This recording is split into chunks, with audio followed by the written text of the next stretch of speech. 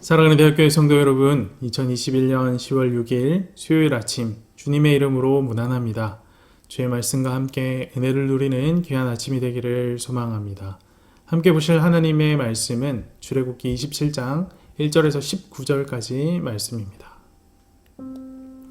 너는 조각목으로 길이가 5규빗, 너비가 5규빗의 제단을 만들되 네모 반듯하게 하며 높이는 3규빗으로 하고 그 네 모퉁이 위에 뿔을 만들되 그 뿔이 그것에 이어지게 하고 그 제단을 노스로 싸고 재를 담는 통과 부삽과 대야와 고기 갈고리와 불 옮기는 그릇을 만들되 제단의 그릇을 다 노스로 만들지며 제단을 위하여 노스로 그물을 만들고 그 위 네 모퉁이에 놋꼬리 넷을 만들고 그물은 제단 주위 가장자리 아래 곧 제단 절반에 오르게 할지며 또 그 제단을 위하여 채를 만들되 조각목으로 만들고 노수로 쌓을지며 제단 양쪽 고리에 그 채를 깨어 제단을 매게 할지며 제단은 널판으로 속이 비게 만들되 산에서 내게 보인 대로 그들이 만들게 하라. 너는 성막에 뜰을 만들지니 남쪽을 향하여 뜰 남쪽의 너비가 100규빗의 세마포 휘장을 쳐서 그 한쪽을 당하게 할지니 그 기둥이 수물이며 그 받침 수물은 노수로 하고 그 기둥의 갈고리와 가름대는 은으로 할지며 그 북쪽에도 너비가 100규빗의 포장을 치되 그 기둥이 수물이며 그 기둥의 받침 수물은 노수로 하고 그 기둥의 갈고리와 가름대는 은으로 할지며 뜰의 옆 곧 서쪽에 너비 50규빗의 포장을 치되 그 기둥이 열이요 받침이 열이며 동쪽을 향하여 뜰 동쪽의 너비도 50규빗이 될지며 문 이쪽을 위하여 포장이 15규빗이며 그 기둥이 셋이요 받침이 셋이며 문 저쪽을 위하여 포장이 15규빗이며 그 기둥이 셋이요 받침이 셋이며 뜰문을 위하여는 청색, 자색, 홍색 실과 가늘게 꼰 베이실로 수노와 짠 20규빗의 휘장이 있게 할지니 그 기둥이 넷이요 받침이 넷이며 뜰 주위 모든 기둥의 가름대와 갈고리는 은이요 그 받침은 노시며 뜰의 길이는 100규빗이요 너비는 50규빗이요 세마포 휘장의 높이는 5규빗이요 그 받침은 노시며 성막에서 쓰는 모든 기구와 그 말뚝과 뜰의 포장 말뚝을 다 노수로 할지니라. 아멘. 오늘 본문은 제단 그리고 성막 뜰과 울타리에 관한 내용을 다루고 있습니다. 먼저 제단부터 살펴보길 원합니다. 1절에서 8절 말씀에는 제단과 제단 업무에 필요한 비품들이 등장합니다. 우리는 이 제단을 번제단 혹은 놋을 입혔다는 이유로 놋제단이라고 부르기도 합니다. 제단의 크기는 가로 세로 높이가 각각 5규빗, 5규빗, 3규빗이 되는 사이즈입니다. 성막 안에 있는 기구들 중에 가장 큰 것이죠. 제단의 주 재료는 조각목입니다. 조각목으로 틀을 짠 뒤에 놋을 입혀 완성하는 형태입니다. 여기서 처음으로 이 놋이 등장하는데요. 회막 안에 있는 기구들은 보통 금으로 제작되었었는데 회막 밖의 기구들은 놋을 사용하는 모습입니다. 3절에서 5절에 등장하는 재를 담는 통, 부삽, 대야, 갈고리, 불 옮기는 그릇, 또 19절에 등장하는 성막뜰의 말뚝과 뜰의 포장 말뚝도 다 놋으로 제작하는 것을 확인할 수 있습니다. 이어지는 9절에서 19절까지 말씀에는 성막뜰과 울타리에 대한 내용이 등장합니다. 성막의 길이는 100규빗입니다. 그리고 전체에 세마포 포장을 둘러친 형태입니다. 이때 사용된 기둥이 각각 20개씩입니다. 뜰의 서쪽, 즉 지성소 뒤쪽의 울타리는 50규빗입니다. 서쪽 울타리는 남과 북의 울타리에 비해서 길이가 절반이라 기둥은 10개만 있는 모습입니다. 동쪽은 성막 입구로 형식이 약간 다릅니다. 가운데는 통로 역할을 한 뜰문이 설치되어 있었으며 양쪽에 기둥이 3개씩 서 있는 모습입니다. 뜰문의 통로로는 4개의 별도의 기둥들을 세워서 휘장막을 둘러쳐 가려진 모습입니다. 자, 정리해 보겠습니다. 성막은 쇠마포 포장으로 둘러싸여 있는 모습입니다. 그렇기에 성막 문을 통해서만 성막 안으로 들어갈 수 있습니다. 성막 문을 지나 성막 뜰에 들어서면 성막 문과 회막 사이에 위치해 있는 번제단을 만나게 됩니다.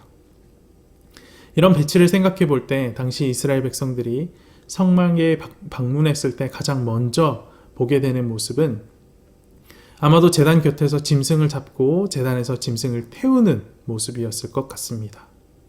짐승들의 비명소리, 피비린내, 고기 태우는 연기, 결코 유쾌한 경험은 아니었을 것 같습니다. 만약 저에게 성막을 고안하고 만들라라고 하나님께서 명령하셨다면 이 번제단을 성전 입구에 세워두고 이 난리법석을 피우게 하지는 않았을 것 같습니다. 보이지 않는 후미진 곳으로 이 번제단을 배치했겠지요. 하지만 하나님은 성막에 들어서자마자 번제단을 먼저 만나도록 성막을 설계하셨습니다. 번제단을 지나지 않으면 회막에 당도하지 못하도록 하셨습니다. 왜 그렇게 하신 것일까요? 인간을 만나고 싶으셨기 때문입니다. 타락한 인간은 하나님과 함께 할 수 없습니다. 그 속에 죄가 있기 때문입니다. 그럼에도 하나님은 인간을 만나고 싶어 하셨습니다. 그래서 성막을 만드셨지요. 문제는 죄를 품은 채론 하나님께 나아갈 수 없고 하나님의 보좌 앞에 설 수 없다라는 것입니다. 그래서 하나님께서 준비하신 방편이 바로 성막 입구에 위치해 있는 번제단입니다. 하나님 앞으로 나아가려면 번제단에서 제사를 드려야 합니다. 짐승을 번제단 곁에서 잡고 그 피를 그 단 아래 붓고 짐승은 단 위에서 불태워야 합니다. 죄의 값이 사망이기에 우리의 사망을 대신해서 짐승이 죽는 겁니다. 짐승이 피를 대신 흘리는 겁니다. 이 피 흘림의 제사를 통해서 죄의 문제를 해결해야만 하나님 앞에 나아갈 수 있습니다. 그래서 성막에 들어서자마자 번제단을 만나게 하신 것입니다. 성막들의 번제단은 죄 아래에 있는 인간을 향한 하나님의 사랑이자 인간들과 교제하기 원하시는 거룩하신 하나님의 강한 의지를 보여줍니다. 그리고 이 제단에 담겨 있는 하나님의 사랑이 절정을 이루는 곳이 바로 예수 그리스도의 십자가입니다. 예수께서 십자가 제단에서 피를 쏟으시고 자신을 희생 제물로 드림으로 말미암아 죄인인 우리가 하나님께 나아갈 수 있게 된 것입니다.